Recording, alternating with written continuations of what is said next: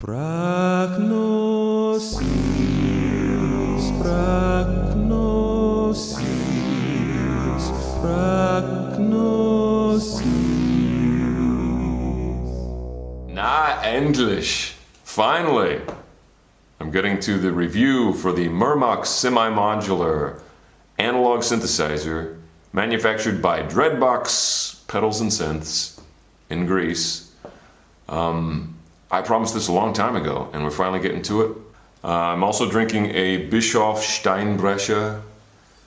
My wife made a trip through Rhineland Falls last week. Picked me up a case. Thank you very much. I'll try and keep this short, but there's a lot to cover, so we'll see. And here we go. Okay, hey, welcome to the Murmux Semi-Modular review. Again, I promised this months ago, and I'm finally getting to it. So, first of all, the setup. I have one Murmux Semi-Modular analog synth. I am controlling it with an Arturia Mini Brute. I'm using the CV and gate outs on that. The Murmux Semi-Modular does have a MIDI in and a MIDI through, but it behaves slightly differently with the MIDI input than just the CV and gate. So first off, let's look at the oscillators. There are two primary oscillators in the Murmux. It is switchable sawtooth and square wave. I think I said this before, but the square wave is not pulse width modulatable. You can't change the pulse width on the square wave. It is just a switch like this. That is a full filter square wave.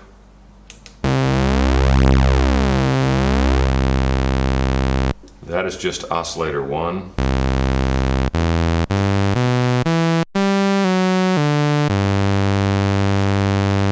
The square wave.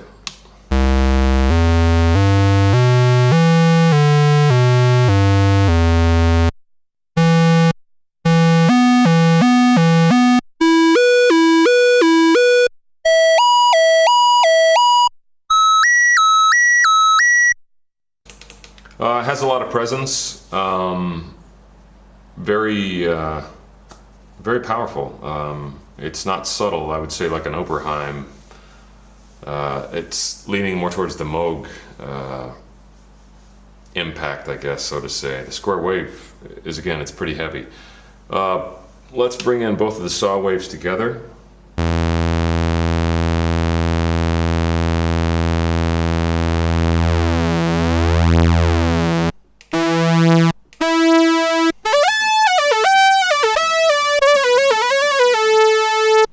There is individual glide control for each of the oscillators.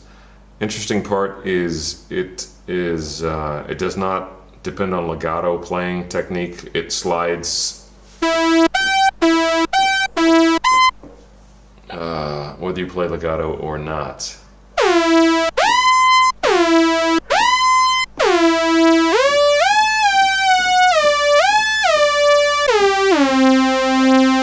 The fact that you can control the glides separately for the oscillators is nice. That comes into play more when we look at the sync feature here in a little bit.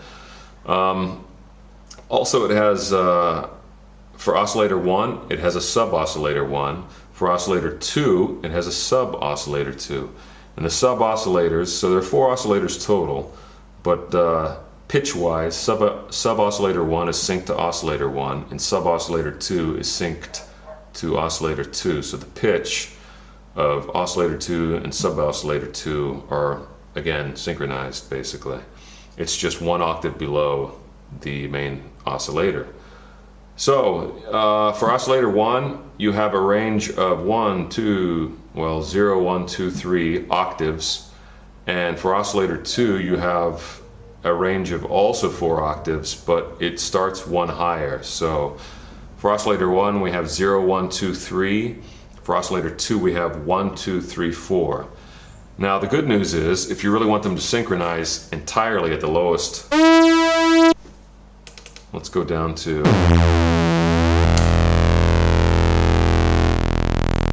that is at 0. you can also bring, with the pitch control for oscillator 2, you can bring it all the way down to 0 also.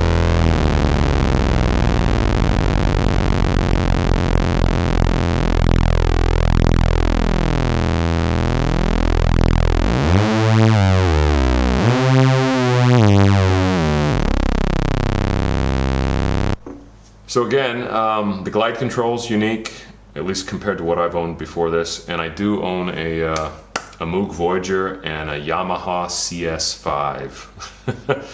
Those are the two analog mono synths that I currently have. Let's bring in a couple of the sub oscillators. Let's bring everything up an octave though.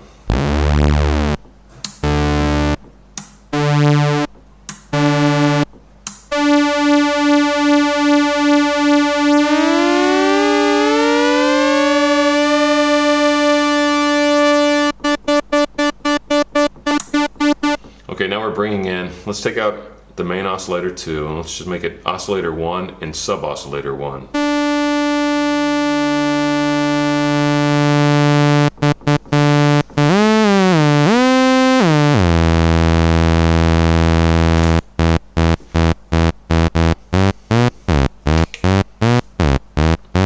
And the arpeggiator is from the Mini Brute, it's not on this.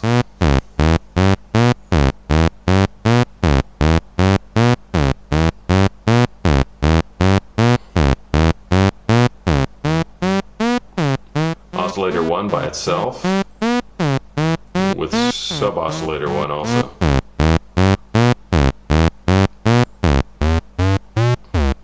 Both of the sub oscillators appear to be square waves, and based on my tests, they sound exactly like the main oscillator square waves. That is most of the oscillator section. Let's give you a taste of the sync though. This is pretty awesome. Oscillator 2 synchronizes to oscillator 1, and this is where the variable glide control for each of the oscillators comes into play. It is extremely nice, and it's very important because you do not have an envelope to control just one of the oscillator pitches. You can control it with an LFO or the 4-stage modulator, but there is not any kind of envelope to control the pitch of one of the oscillators to make that sync noise sound really cool. So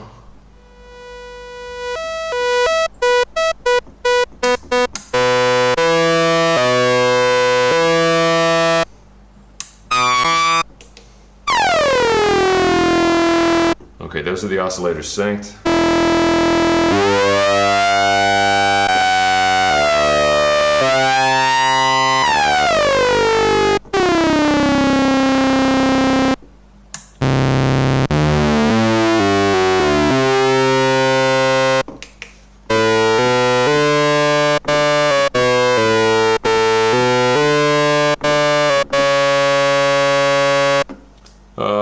I guess if I did some filter cutoff that might sound a little different, but anyway, with the classic Cars example there from Let's Go, synchronization is nice. It's something I didn't expect, and once I started playing with the glide controls, I realized I was a little disappointed at first because I didn't have any envelopes I could assign to just the pitch of one of the oscillators, which helps emphasize the synced oscillator effect. That helps quite a bit. So let's go on to the filter. Okay, the filter is a voltage controlled 4-pole 24 dB variable state filter. Has low pass or high pass, and it does have self-oscillating resonance. So let's go back to just one oscillator. Make it square wave. And we bring in the resonance.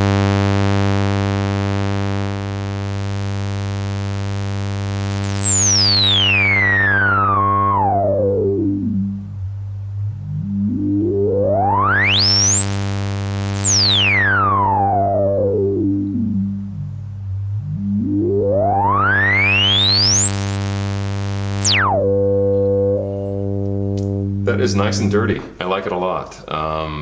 has a lot of character, has a lot of power. Everything about this is this synth is, and maybe it's just the analogness of it, has a lot of presence. Obviously, given my channel here on YouTube, I'm big into progressive rock and lead synths and that kind of thing, and this is amazing for this. Has a high pass filter as well.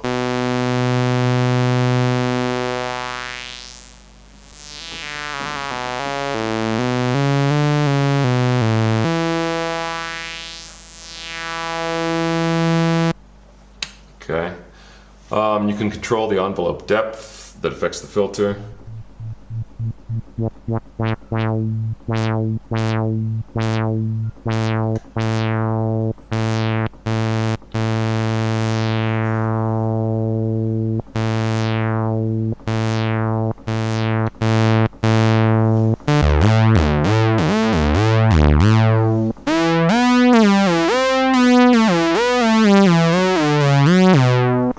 Okay, that's the two square wave filters, or the two square wave oscillators at the same pitch. It has the standard ADSR, attack, decay, sustain, release envelope, depth control.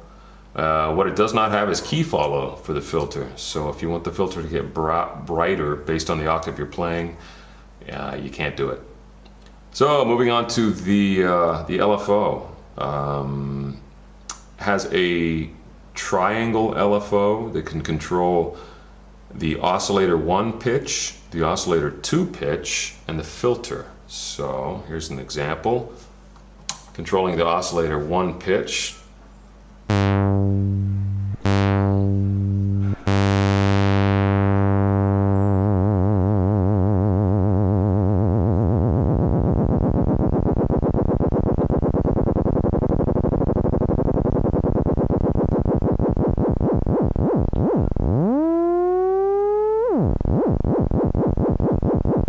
Oscillator 2 works exactly the same, the filter.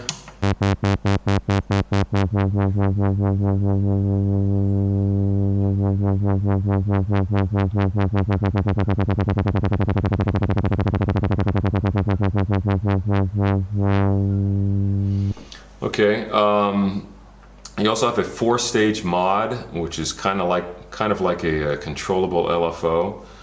It can also affect the oscillator 1 pitch, the oscillator 2 pitch, and the filter. So let's go to oscillator 1 only.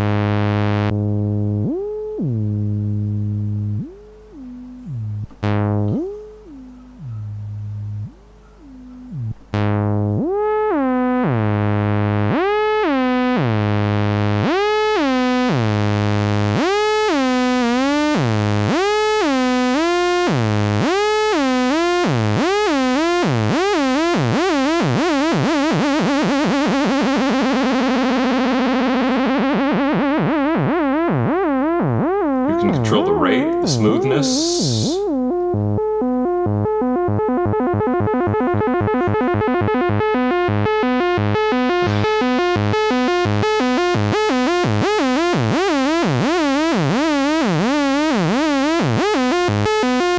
Again, you can do that for oscillator 1 or oscillator 2, and you can affect the filter the same way.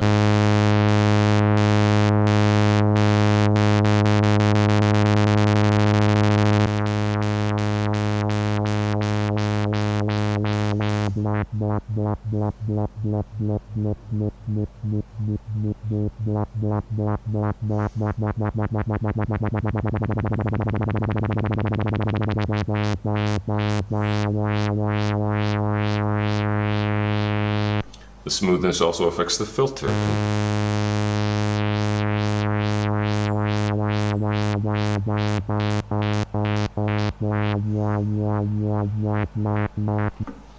Okay, so I have not hit the amp envelope. It is an attack and release envelope, very simple for the most part. Sorry, let's turn that off.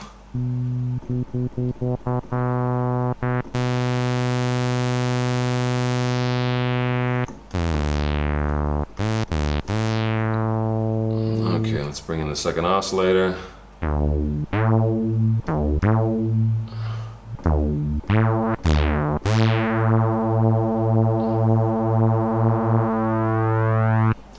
One point about tuning the oscillators is it is awesome that you have a full octave plus and a full octave minus to tune each of the oscillators, but it also makes it a little more difficult. You have to be fairly precise to get them locked the way you want them to beat, or whatever synchronization you want. It's very fine control. So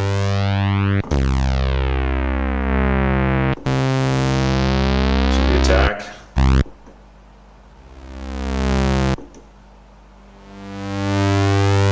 Release.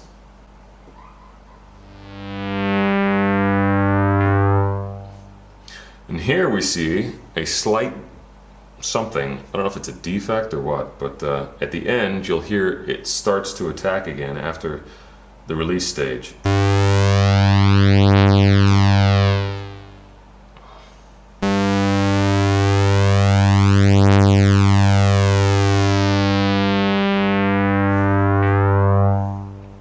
You hear that? I lift up the key and it has a little ding at the end.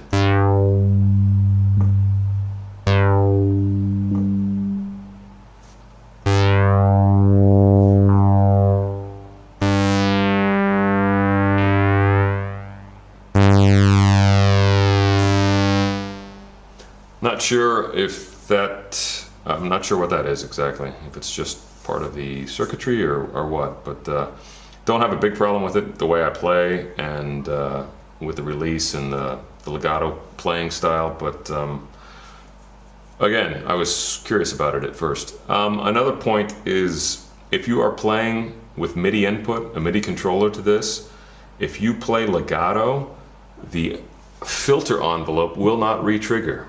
If you do and hit the next note, the filter envelope will not retrigger. It will stay at the lower part of the sustain. So it does retrigger using the gate and control voltage input, but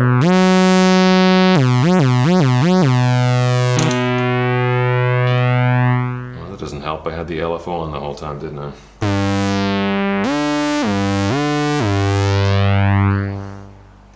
Here you can hear it better, that little artifact.